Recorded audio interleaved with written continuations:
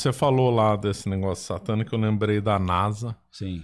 Né, dos cientistas nazistas e também da ligação da NASA com aquele Alan Parsons, né, que era... Sim. Alan Parsons, Jack Parsons. Jack Parsons e o Werner von Braun. Que era satanista. Comenta um pouco sobre isso. Então, essa é uma história brilhante também, né, porque é a história da ciência, é a história da aviação, é a história da viagem espacial, da ciência, da química de foguetes, né, rocket science, e ao mesmo tempo é uma história satânica também, né.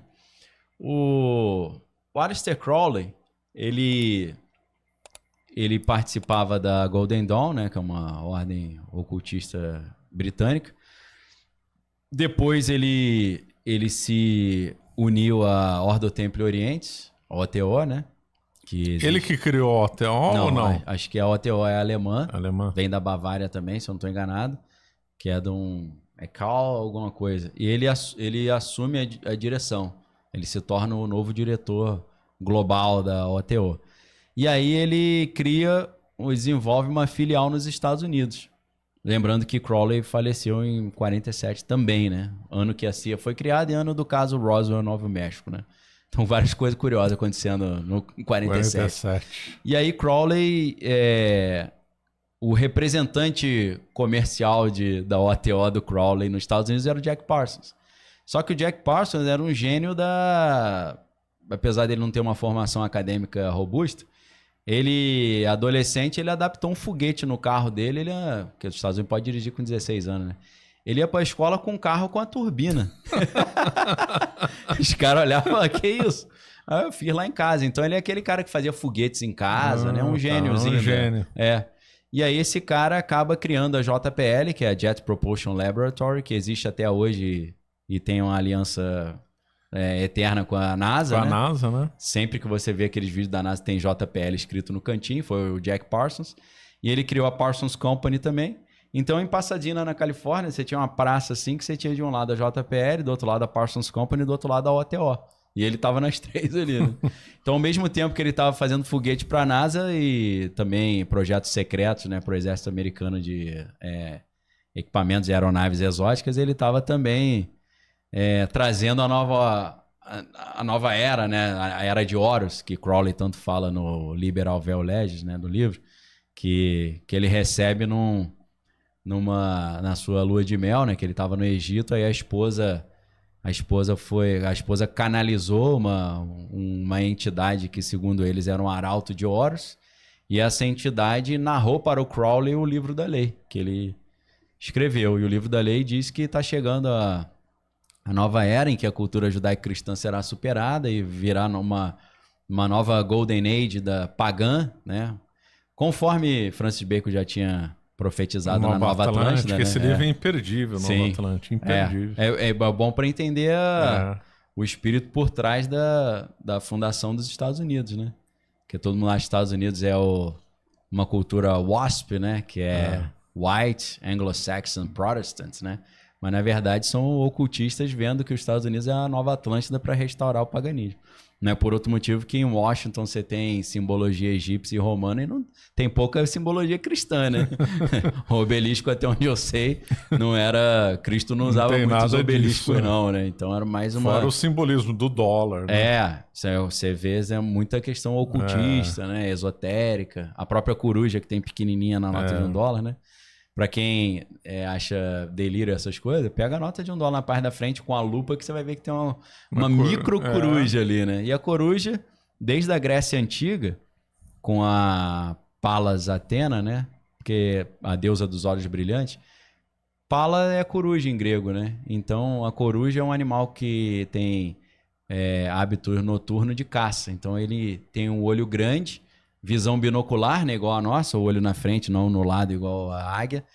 E por ter o olho muito grande e binocular, enxerga muito bem no escuro. Então é alguém que sabe transitar nas trevas. Por isso a coruja virou uma simbologia do conhecimento oculto, do ocultismo, que é enxergar no meio da escuridão, conhecer a escuridão. Então essa corujinha que está ali na nota de $1 representa isso e representa também o Bohemian Grove, que é esse clube...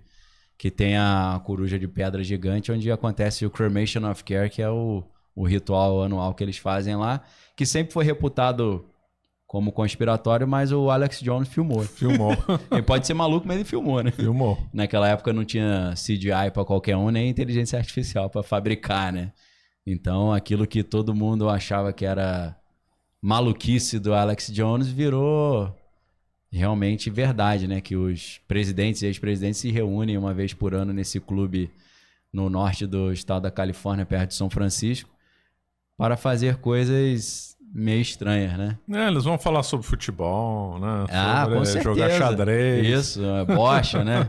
Dominó. Com certeza. É muita coisa estranha que acontece. Tem um ritual, né? Que tem um sacrifício ali que acontece. Dizem que é um boneco que é queimado diante da coruja. Alguns dizem que é uma pessoa.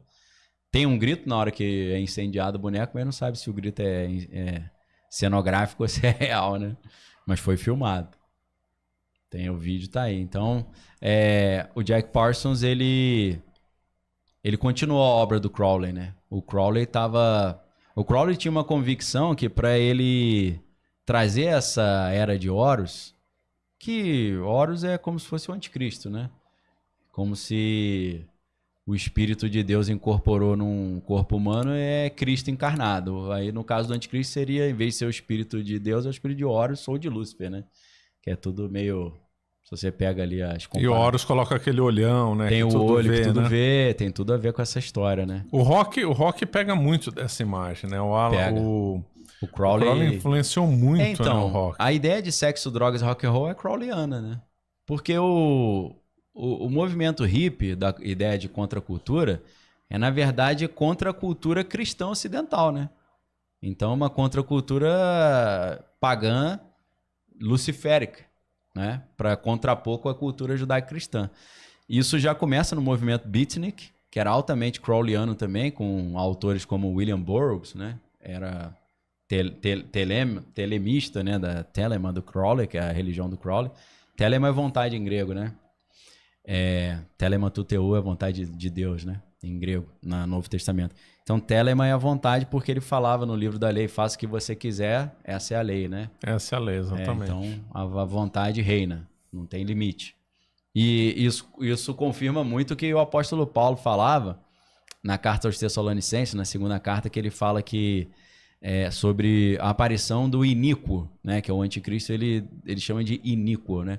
Em português, as traduções geralmente traduzem como iníquo, mas na verdade a expressão grega é anomos, né? Porque nomo é lei, anomo é o sem lei. É sem lei, o então, sem lei, então. Faça o que você quiser, essa é a lei, é o que o anticristo vai pregar, não tem lei. Né? O amor é o rei, é o amor sobre tudo, né? E tal, amor sobre a lei que o Crowley falava. Então a anomia não tem lei. Faz o que você quiser, essa é a lei. Faz o que você quiser, então não tem lei. Interessante. Então é interessante que o que o Crowley prega é o que o Paulo já tinha alertado que seria pregado nesse cenário final dos tempos, né? Então a geração beat, né, que também é chamado, ela tinha então contato com esse telema, então? Tinha, era 100% crowleyana. Porque Crowley... Ela nasceu na Universidade de Columbia, em Nova York, não foi? Sim, mas o William Burroughs, que vem do meio acadêmico, ele era totalmente crowleyano. Tinha inspiração clara no Crowley, né? E aí uma banda que é a transição do beat pro hip, que é o The Doors, também era totalmente crowleyana, né? Porque o Crowley, ele recebeu dessas entidades com as quais ele interagia aí, uma delas é o Lam, né? Que ele fez um ritual chamado Rito de Amalantra, que acho que foi acho que foi em 1908 ou 10, alguma coisa assim. Ele fez um ritual em Nova York e apareceu uma entidade. Ele, como ele era multifacetado, né? Que ele era poeta, desenhista, pintor, alpinista, né? Era tudo, né? Clínico geral. Ele pediu licença para a entidade para desenhá-la. Posso te desenhar? O espírito, a entidade LAM, L-A-M, falou, pode. E é o desenho clássico de um alienígena Grey, né? Uma cabeção, né? Tipo ET, aquele ET clássico. Mas muito antes da cultura ufológica, né? Isso que é interessante. Então, esses contatos, esses contatos espirituais dele, ele recebia coordenadas, né? E uma das coordenadas que ele recebeu era que ele tinha que fazer rituais para liberar seres que estavam em outra dimensão para trazer para a dimensão terrena, para instaurar essa era de Horus, que é a era de Aquários do movimento hippie, né? O Age of... É a mesma coisa, só com outro nome. Com um nome um pouco uma coisa menos satânica, mais flower power, né? Mais paz e amor. Não tinha um negócio mais luciférico, né? Então, ele recebe essa coordenadas como nós vamos te orientar os rituais para liberar as entidades, soltar esses seres, e também a maneira como você vai disseminar essa doutrina. E ele recebe essa estratégia de disseminar por meio da cultura. Então, não só a música começa a ficar muito impregnada pelo Crowley, mas o cinema também.